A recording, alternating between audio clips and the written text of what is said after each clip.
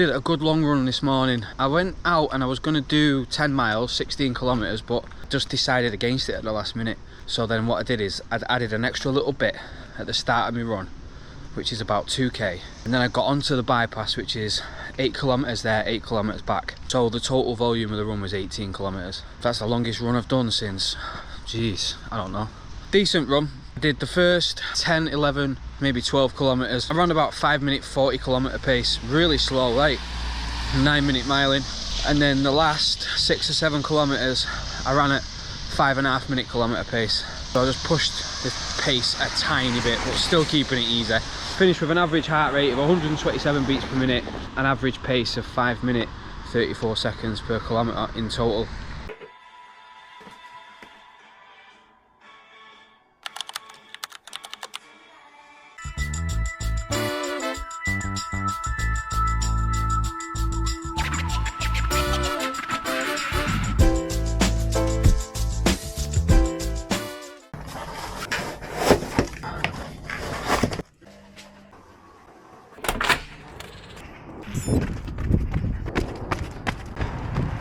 Monday recovery run. And it's strange how all these runs have different names. Recovery, easy, steady, threshold, tempo, intervals. The margin for error in pacing. Man. For me, Monday's always about letting my body absorb the last 7 days worth of training, keeping the volume and intensity pretty low, and just working off heart rate and effort. That's it. That's me run done.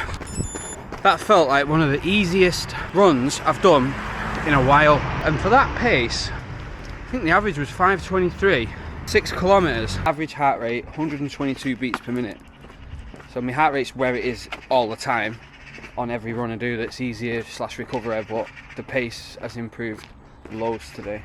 You take that with a pinch of salt though, but it's nice to see when it happens, isn't it? Look, there's that guy. Is he called Frank or something, the one who lives on the corner of us? I don't know. Is it John or Frank? I don't know. He knows my name. He knows my name. Yeah. When I was walking back from the shop last night, he went, "Hi Kaylee, how you doing?" I thought, shit, you know my name. I know. I was like, yeah, good, thank you. How are you? I've got maybe on the point of asking his name now. No. It's just... Well, it's been 12 years, hasn't it? And I still don't know the guy's name. It's like Danny's girlfriend been calling her Tracy. Yeah, but we know she's Leslie now. Apparently she's called Leslie and she's been saying hi Matt. And I've been saying hi Tracy, so I... Oh, you're making me cringe. It's like when Jamie said, "Do you just call her Tracy?" I went, "Yeah, why?" He went, "It's called Leslie, bro." I went, "Oh, don't say that to me."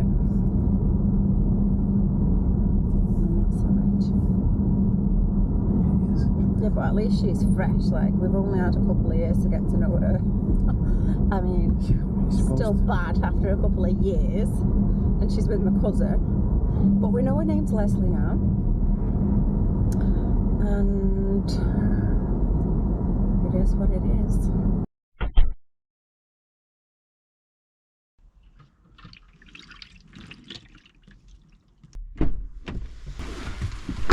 It's freezing up there. -1 it says, so it's not really that bad. Still cold enough to ice over. This week so far, I did my 6 kilometer run Monday, which was easy. Then I did my session yesterday, which if you would have watched the other video, you would have seen the session. It was the big session, biggest session I've done in ages. Right, I may as well go in now and see what's cracking for the day. I think I'm doing the 43.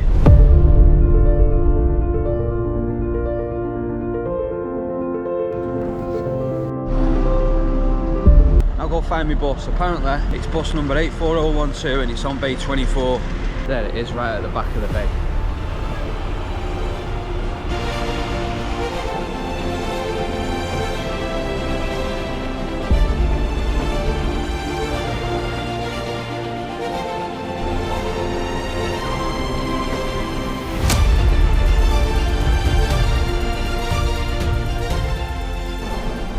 Setting that mirror can be a nightmare. Well, it can be a nightmare. Cuts a couple of minutes getting in and out, in and out, in and out, and then someone will walk into it and knock it all off when they're getting on the bus. And you have to get out and redo it. Right, that's the bus defrosted. The first user checks are done. Now I can set off. For the second day running, I've got to go dead. which means not in service, from here to Piccadilly, and then start from Piccadilly. So I've got 40 minutes to get to Piccadilly in school traffic. Cut it fine.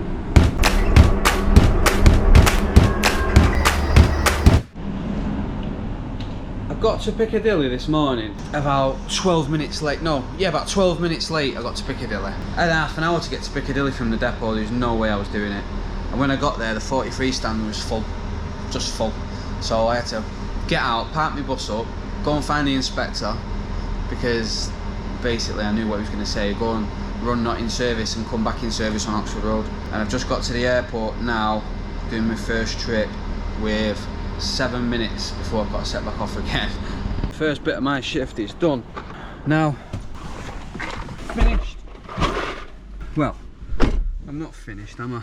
But I've got to be back at 4:30 till 8 o'clock. It is what it is, but I can go home now and get my run done. Tight getting out of here. It's the only thing when you're on a split shift. If you're not in early enough to get a good parking spot on the back of the depot, they use 2 of the bus bays where the cars park parallel to each other, but back to front. But then the buses park in front of the cars. So sometimes you struggle to get out. And I get back and go straight to my run. Does anyone else's eyes work like a road map and they're running? I'm going down the path.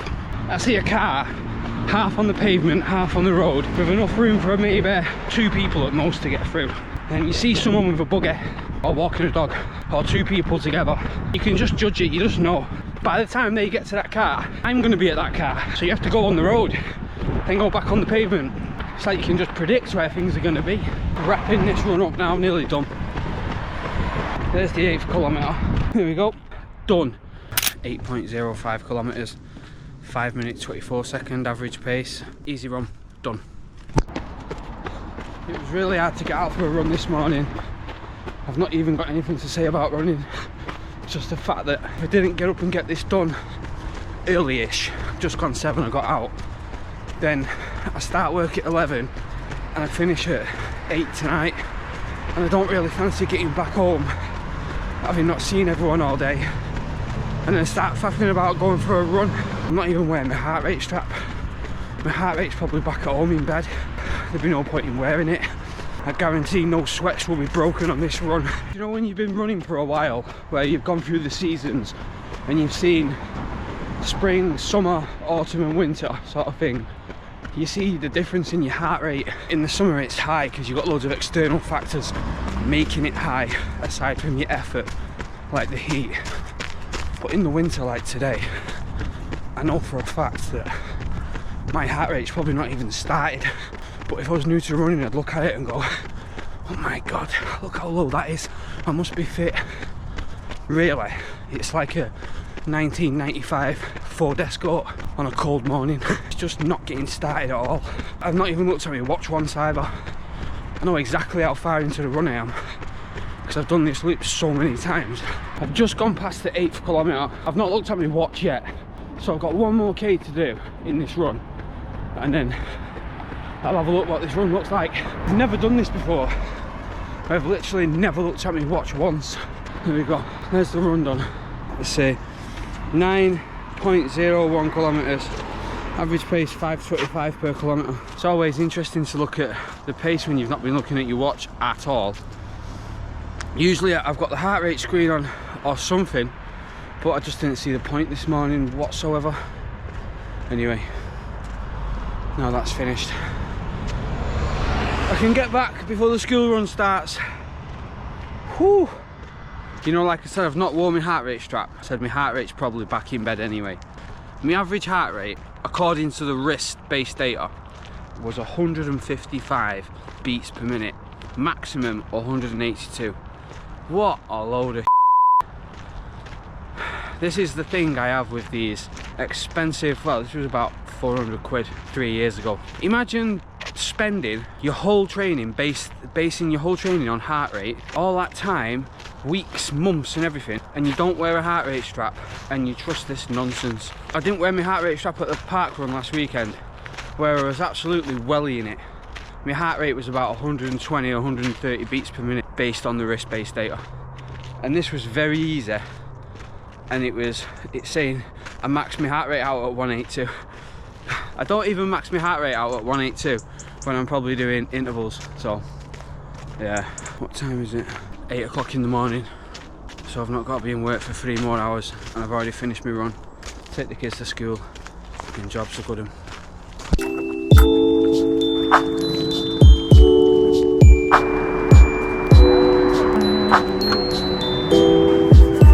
you want to take your trimming? No, I'm cheese, please. Oh my god, there's no lemon cheese please.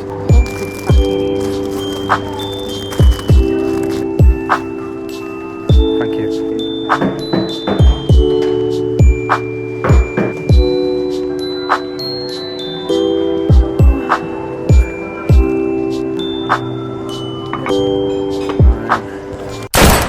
I'm waiting for the 101 and it's 10 minutes late. That's what they just told me. That's done my head in, but I can't do anything about it. So you can't let things you can't control do your head in, can you? I'll probably make the time back up somewhere, but can't really stress about time. It's expected at this time of day with all this traffic.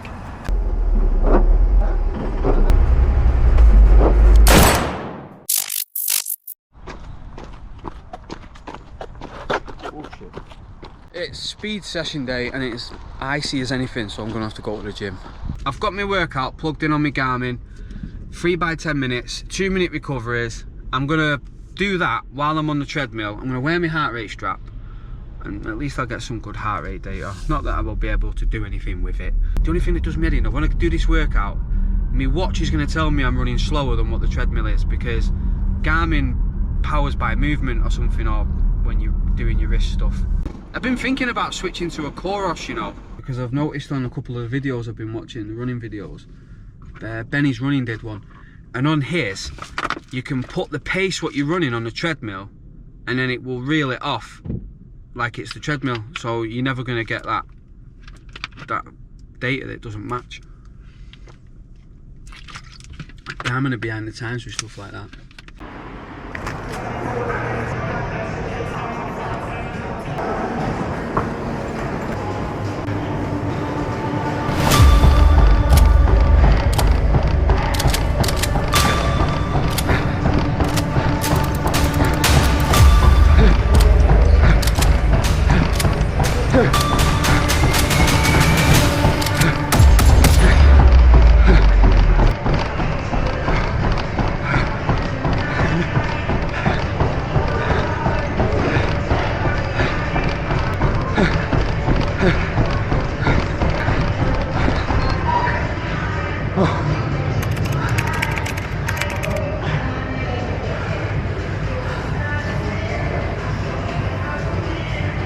My watch, as I thought, tracked all the kilometre splits wrong.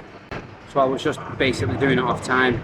I had the treadmill set to my paces, and then after 10 minutes I would lap it and lower the speed to around about 540 kilometre-ish, something like that. I was there. Wow. It pushes you. I think it's harder to run faster in the gym for me, because of the mental battle of you're not getting anywhere. So you're just looking at the numbers thinking, I could make it easier on myself if I just slowed it down a bit. But when you're outside, you've got landmarks to hit and you know where you're going. This was just this was a ball ache for me today, because I've got to be back in work in 2 hours. So I've got to get home, get something to eat, and then get back to work till 7 and do my cool down first. That was proper tough. Mental battle at its finest.